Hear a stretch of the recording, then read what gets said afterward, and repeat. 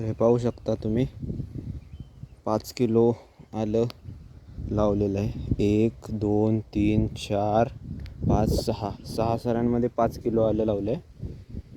6 सऱ्यांमध्ये सरासरी 3 ते 3.5 किलो बसलं आहे. आणि राहिलेले या आपले 3 टेस्टिंग सऱ्यांमध्ये मी बुंध्यावर न लावता सऱ्यांमध्ये आलं लावलं आहे. ह्याच्यातला अंतर अंदाजे ठेवलं आहे.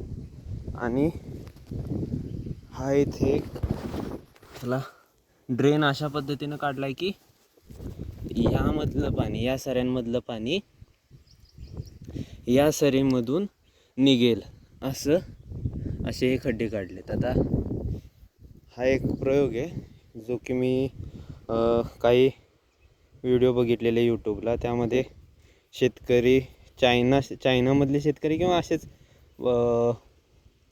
इंडोनेशिया किंवा असे कुठले ते शेतकरी सऱ्यांमध्ये आलं लागवड करायची. तर खोल सऱ्या असायच्या आणि अशी एक त्याच्यापेक्षा खोल सरी काढून पाणी जायला मार्ग केलेली.